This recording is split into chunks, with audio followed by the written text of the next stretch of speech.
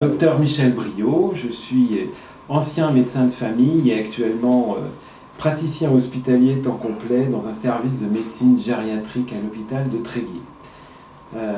De par mes fonctions, j'ai intéressé l'hospitalité diocésaine parce que j'ai aussi un passé de médecin pompier urgentiste et de formateur. Donc un petit peu ma carte de visite par rapport à l'hospitalité. Ce qui est, je crois, intéressant de noter dans l'hospitalité, c'est le service donc médical et paramédical qui se compose donc d'infirmiers. Donc cette année, on a la chance d'avoir environ 14 infirmières qui se répartissent donc sur les 2 étages et qui peuvent répondre aux interrogations des bénévoles qui s'occupent des patients, parce que n'oublions pas que la plupart des hospitaliers qui s'occupent des pèlerins malades sont des bénévoles, donc ils ont besoin d'être encadrés pour assurer une sécurité suffisante. Et cette année, on a la chance d'avoir 8 médecins, ce qui est exceptionnel. Je ne sais pas si c'était déjà arrivé d'en avoir autant. C'est rarement à ce point-là. Bon, on pense que on en a discuté avec le docteur Raoul, qui a été longtemps l'organisateur et le responsable médecin de cette hospitalité sur Lourdes pour le diocèse de Saint-Brieuc et Tréguier. Le nombre minimal, c'est 5. Il faut 10 responsables, et on pourra revenir sur ce terme qui me déplaît beaucoup, et 4 effecteurs, médecins, vu le nombre de patients quand il y a en pèlerin malade, plus de 200, on estime quand même que 1 pour 50, c'est la limite. Voilà. Si vous voulez, on peut revenir sur le terme de médecin responsable du pèlerinage. Et ça, ce terme de responsable, il est, je pense, rendu obligatoire à Lourdes par les autorités des accueils Notre-Dame et des pèlerinages, mais moi ça me déplaît totalement et je pense qu'il faudra qu'il évolue vers des termes plus à la mode et plus contemporains, car responsable me semble être un terme ancien et qui fait peur, surtout dans notre société actuelle de tribunaux, en veux-tu en voilà. Donc pour moi, je me sens comme coordonnateur, comme on peut l'être dans une maison de retraite qu'on appelle maintenant une EHPAD, un établissement d'hébergement pour personnes âgées dépendantes. Un médecin coordonnateur, c'est un médecin qui coordonne ses collègues et l'équipe paramédicale. Parce qu'il ne faut pas oublier qu'un médecin traitant, il s'occupe du patient, mais il donne des ordres par des ordonnances pour que les paramédicaux fassent leur travail, mais il n'est pas obligé de faire le suivi, d'assurer le suivi, de coordonner.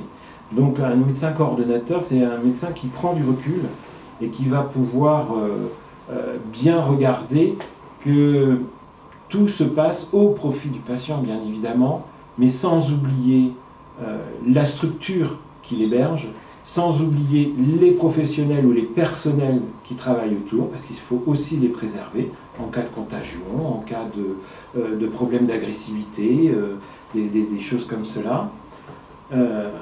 Donc tout ça, il faut en prendre compte, et puis des moyens. Et cette année, la difficulté a été une fois de plus, comme tous les ans, peut-être un peu plus acutisée du fait de problèmes variés, de cas d'espèce, on va dire. Le problème a été de donner des limites à l'acceptation des dossiers de pèlerins malades. Il y a eu par exemple des dossiers qui ne pouvaient pas venir sur le plan technique. Donc cela s'entend facilement. Quand sur le plan technique, vous avez besoin d'oxygène en grande quantité, un voyage en car, de 12 heures plus la panne éventuelle qu'on doit gérer, c'est-à-dire 24 heures, il faut doubler au moins, on ne peut pas emmener l'oxygène qu'il faut pour le patient. Donc ce sont des exemples techniques qui rendent le trajet impossible. Deuxièmement, donc, il y a des problèmes de technicité professionnelle, c'est-à-dire que quelqu'un qui a besoin d'une technique particulière pour un changement de canule, pour un changement de sonde, nous ne savons pas, quand on choisit les dossiers, quelles sont les infirmières qu'on va avoir.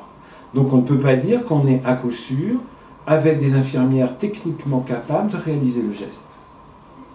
Donc on est obligé d'évincer certains dossiers qui pourraient, et là je l'ai appris tout récemment et ici, c'est l'intérêt de venir, qui pourraient venir avec d'autres organismes que l'hospitalité. Et il y a par exemple cancer, cancer assistance espoir ou quelque chose comme ça, ou même lourde à titre individuel, l'hôpital peut peut-être donner les moyens à ces personnes qui veulent vraiment venir, de venir. Donc on a des moyens techniques, on a des moyens de limite de personnel, et puis après il y a des moyens de... Il y a des limites, alors celles-là sont plus floues, sont plus difficiles à expliquer comme ça je pense, mais c'est aussi le médecin qui va dire oui ou qui va dire non, à son âme et conscience. Ben, des fois c'est difficile de dire à quelqu'un non, on ne va pas vous prendre parce qu'on sait bien que votre souhait c'est de venir mourir à Lourdes. Qu'est-ce que vous voulez qu'on réponde? Nous, on n'a pas le droit et on a l'intention justement d'en parler. J'ai demandé à Monseigneur l'évêque de discuter de ça, mais moi j'agis comme médecin, là, j'agis plus comme croyant ou catholique. Je dis ben non, moi on m'a appris dans mon serment d'Hippocrate d'éviter que quelqu'un aille jusqu'au bout de ce qu'il veut. Il faut laisser faire la nature, comme on dit, mais on ne doit pas la provoquer. Donc je pense que d'envoyer quelqu'un, et ça se pose, hein, c'est des cas comme ça qui nous rendent la vie difficile des fois, d'accepter quelqu'un alors qu'on sait très bien par rapport à son passé depuis 2 ans qui n'est que vers une fin proche, d'accepter de venir, c'est de le condamner et on sait qu'il ne reviendra pas. Ou du moins, le bénéfice-risque est vraiment extrêmement du côté du maléfice plutôt que du bénéfice. Donc, je ne sais pas, c'est toutes ces choses-là.